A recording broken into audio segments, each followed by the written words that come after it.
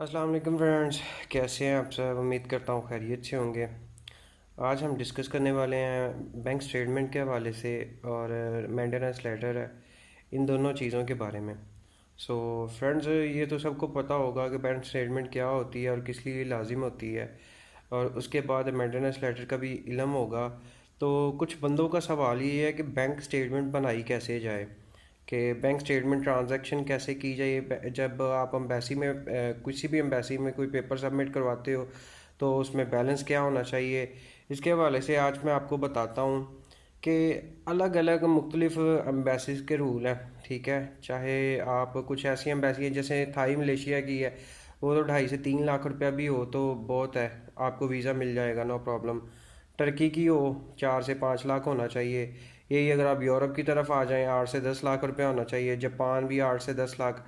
और ट्रांजैक्शन के हवाले से मैं आपको बता देता हूँ, ट्रांजैक्शन इसकी ऐसे करनी है आपने कि आपने ये नहीं करना कि 50,000 आज डाल दिया है निकाल लिया है, 50,000 कल डाल दिया है परसों निकाल लिया है। ऐसे ट्रांजैक्शन नहीं करनी, चाहे वो आपका पर्सनल अकाउंट है चाहे वो आपका बिजनेस अकाउंट है। ठीक है, सो उसका हल करना क्या है, आपने आपने करना ऐसे है, आपने एक दो दोस्त को साथ लेना है, ठीक है, जिनके अकाउंट हो उनको बोलना है कि यार ये मेरा अकाउंट है, इनमें ऐसे पैसे आप ऑनलाइन लगा दो।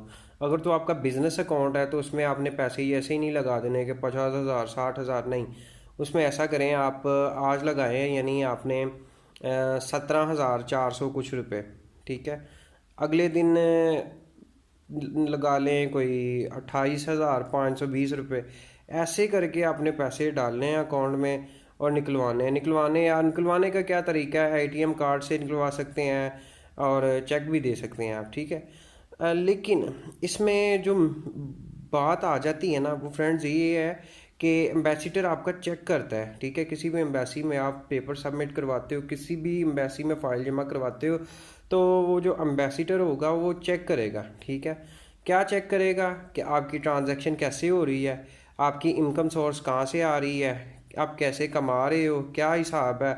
और दूसरी बात रही फ्रेंड्स, आपने ये नहीं करना कि जो आपका पर्सनल अकाउंट है और बिजनेस अकाउंट है दोनों को एक ड्राई मार देना है, ऐसा नहीं करना। ठीक है, पर्सनल अकाउंट को एक साइड पे रख देना है, उसमें ये समझ लें कि आपकी 10 दिन बाद एक सैलरी वहाँ पे जा रही है।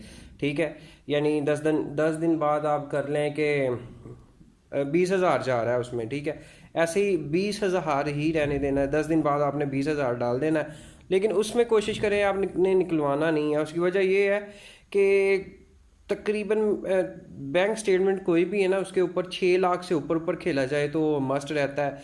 तो कुछ एम्बेसी तो माशाल्लाह ऐसी भी हैं जो 3 माह की बैंक स्टेटमेंट मांगती हैं, जो कुछ ऐसी हैं जो 6 माह से कम नहीं कहती कि 6 माह की हमें चाहिए, और माशाल्लाह थाई एम्बेसी तो ऐसी है अभी 1 ईयर की बैंक स्टेटमेंट मांगती है, और चाहे उसमें लास्ट बैलेंस 2.5 3 लाख हो, नो प्रॉब्लम, वीज़ा मिल जाएगा। सो ये थी बात, और रह गई बात पीछे मेंटेनेंस लेटर की। गाइस, मेंटेनेंस लेटर एक ऐसी चीज़ है कि जो आप जब आप अकाउंट ओपन करते हैं किसी भी बैंक में, ठीक है, तो आपका वो एक शनाख्ती कार्ड हो जाता है उस बैंक का। सो जैसे हमारा एनआईसी कार्ड है।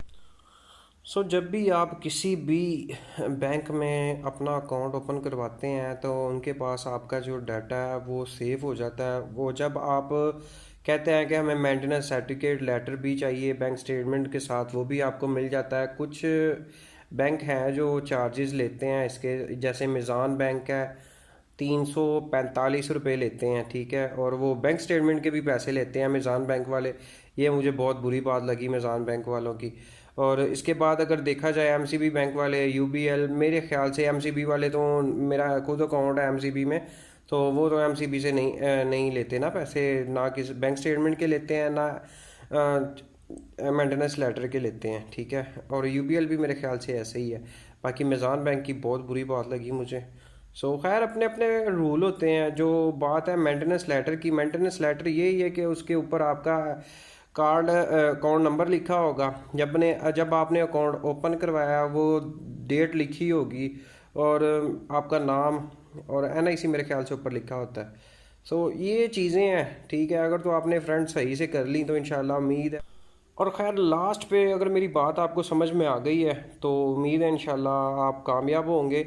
लास्ट में मैं वही बात कहना चाहता हूँ कि जो मैं हमेशा हर एक वीडियो में बोलता हूँ कि भाई किसी भी एजेंट से बचना है, एजेंट के पास नहीं जाना। किसी भी कंट्री के लिए जाना है तो आपने कोशिश करनी है लीगल वे से ही जाना है, और एजेंट से बचना है। आपने किसी भी एजेंट के पास नहीं जाना। एजेंट तो एक तो पैसे इतने ज़्यादा ले लेते हैं, और आपको क्या विज़िट का वीज़ा वो भी किस्मत या नसीब, किसी का मिल गया नहीं मिला।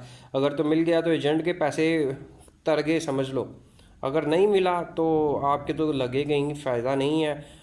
कोशिश करें, आप खुद अप्लाई करें। किसी मुल्क का वीज़ा लेना है मुश्किल नहीं है सिवाय अमेरिका या किसी भी बात का कोई भी सवाल है या आपके पास किसी भी किस्म का, ठीक है। मैं इंस्टाग्राम जो है मेरी आईडी वो मैं डिस्क्रिप्शन के नीचे दे देता हूँ।